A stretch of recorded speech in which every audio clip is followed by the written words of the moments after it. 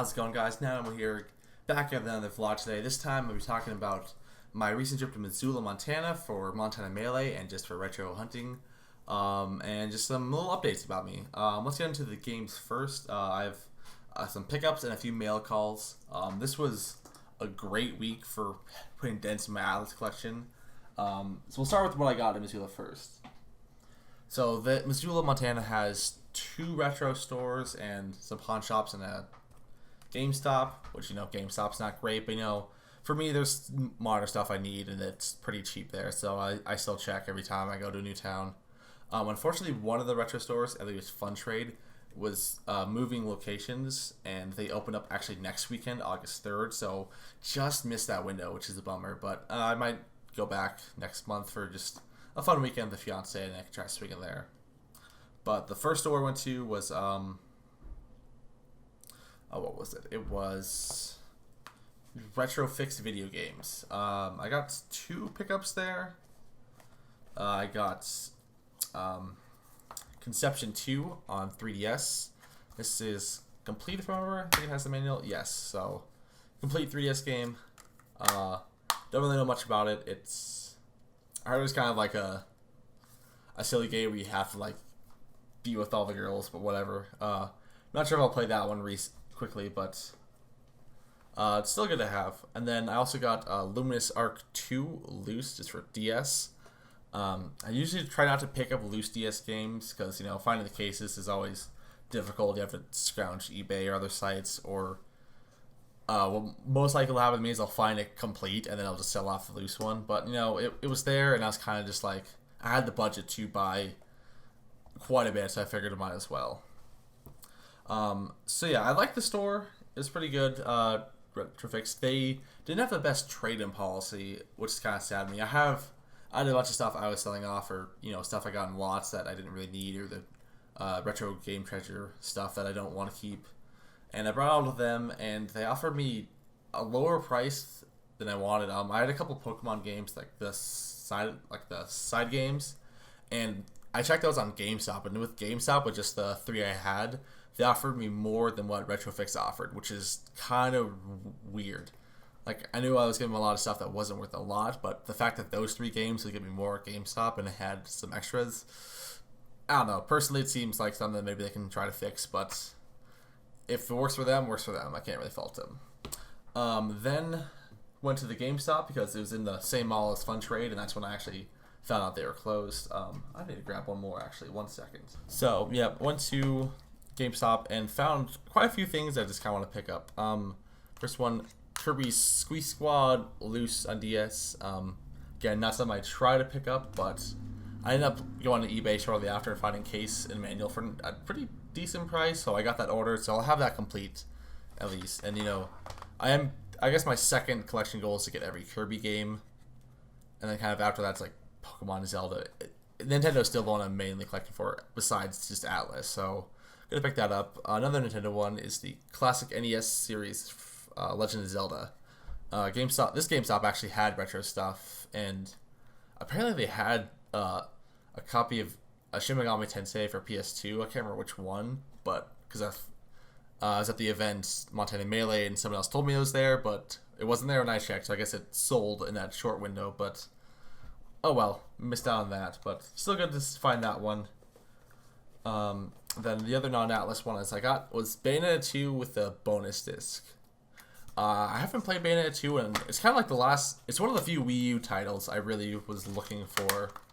There's some other ones that I might try to pick up eventually, but they're still, the price is still too high on them. Bayonetta 2 is the last one I was really hunting for Wii U at the moment. So let's go to find that. And then 2 more Atlas games for PS3. First one, Game of Thrones. Haven't seen much gameplay of this at all, but, I just knocked something across the room. Anyways, yeah, Game of Thrones has Atlas. Got that off the list. That was really cheap. And also got Persona 5 PS3.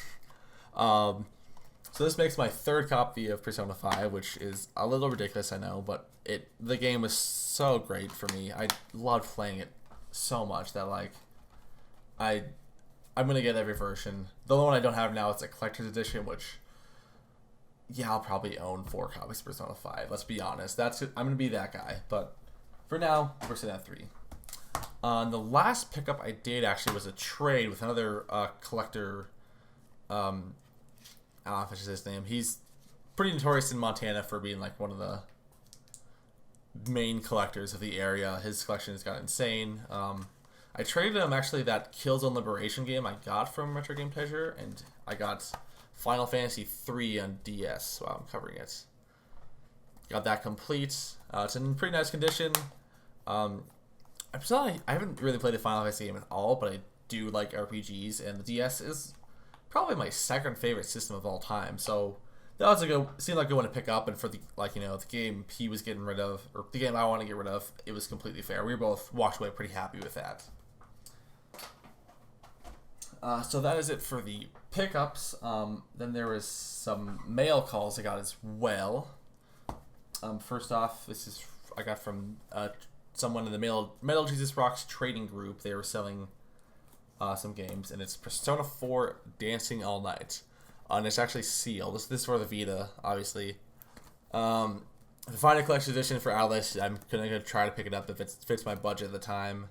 The case got a little, I don't know if you can tell, it seems like it got a little smushed in shipping, which it's not really that bad. I might be able to even fix that if I opened it. I'm just debating about, do I want to open this? Because, sealed is worth more. I didn't even realize it was sealed when I bought it. I kind of impulse bought it, but don't regret it. It's a good price for the game, and if I open it up, I don't really lose that much at this point. So that was good to have. This next one was off of eBay, and we got Lufia: The Ruins of Lore, complete in box. I believe the box I'm a little sketched out about. Like the manuals and everything I checked, as far as I can tell, legit. They seem fine. The box feels almost too new though. Like there's some very, very minor folds and bumps and nicks, but it almost seems like brand new, which I guess is good if it's legit. It just kind of scares me because these boxes are pretty old for a lot of these. Should have some damage. To the best of my eye, it seems fine. I tried compared to other images. The ESRB logo, the quality seal, the Alice, even the ones on the back, from what I can tell, all seem to be the same of what I can see of the official ones. So the obvious mistakes I can't tell, but I don't know. If you guys have any tricks to spot fake Game Boy Advance boxes, let me know.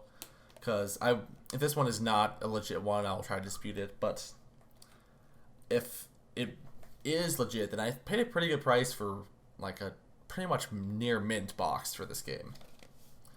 That was good to have. And then this is the most expensive piece of my collection right now, I believe. This one I got from a store in Portland. I think it's called The Place for Gamers, I believe is the store. I'm not actually sure. I might look it up and put in the description what it actually is. But he gets a lot of nice stuff in. I got Rule of Rose for PS2. This is one of those notorious PS2 games. I think there's like 4 that are like the big expensive ones. And this is one of those 4. Thankfully, I was able to set up a payment plan, so I paid this over the course of a few weeks, so didn't have to spend all of it at once, which is nice. But yeah, this one is complete. It's in a really nice condition. He sent it over in the box protector, which is great because if you're starting to get too expensive games, you probably want to protect them as best you can. So I was happy to get this one knocked out of the list as well. Yeah, that's it. So this is definitely, I think this is easily the most expensive part of my collection. Definitely the most expensive game. Yeah, so that was my pickups and mail call. So definitely a ton of Atlas stuff, ton of games I've been wanting. This is great. But then the bad part of this weekend comes down to the actual event itself, Montana Melee. As I mentioned before on the channel, I used to be really into competitive Smash. I would practice all the time I could, go to all the events in Montana I could, and travel to some nationals. And when Super Smash Bros. Ultimate was announced, I was incredibly hyped for it. I was like dedicated training as much as I could to get as prepared as I could for the game to launch. And when it launched, I fell in love with it and was having a fun time. And then just a month later, I just started having no joy in the game. Not just with Ultimate, but with Melee as well. I don't know why. I still don't know why, but like all of a sudden, like the joy of playing just was sucked out of me, and I just couldn't do it anymore. So but I already agreed to go to Montana Melee to help stream it and run it and be a part of it. I was part of the Montana Melee team. So I ended up going and, figured like, hey, I can go retro hunt on Friday, which is what I did, and then see how the event feels. And honestly, I thought I was getting pulled back into it. Friday, I was hanging out with other Smashers. We were setting up. It was playing, and it was having a blast. It was probably, I don't know, some of the most fun I've had with friends in a long time. And then Saturday morning, get set up, start streaming, still having fun, and I get my first match, and I plug in my controller, and it's just like sucked out of me. Again, just no joy in playing and competing. It could just be burnout. I've been playing for 5 years. I might need just a 6-month break, or maybe I'm just moving on, and I think I'm fine with either of those options. My biggest bummer is I just enjoy the people so much and want to hang out with them, but like that's kind of the main thing a lot of us do or did was play Smash. So trying to hang out and do something else is a bit difficult, especially for me to reach out and ask them to do something different. Like, hey, do you just want to come over and play some different games? It's difficult for me to do. I always struggle to reach out to people. It's been one of the flaws I really want to fix with me is, I have friends, they contact me, I hang out with them, and then I stop, and then I never reach out. But yeah, so overall, it was a great weekend for me. It was just, I just kind of feel lost at what to do about the whole competitive Smash thing, because if I just quit cold turkey, pretty much, I don't know how I'm going to keep 90% of those friendships with people. I just don't know what to do. But that's something I can figure out. That's not really what this channel is about anymore anyway, so I'll stop blabbing about that. Had some great pickups, and I'm excited to start getting some more stuff hopefully soon. Definitely going to need to recover a little bit from this weekend pickup, Got quite a few games. Definitely need to let it sit for a couple days before I start picking up some more. Anyways, guys, that's going to do it for me. Hope you enjoyed watching, and I'll see you next time. Peace out.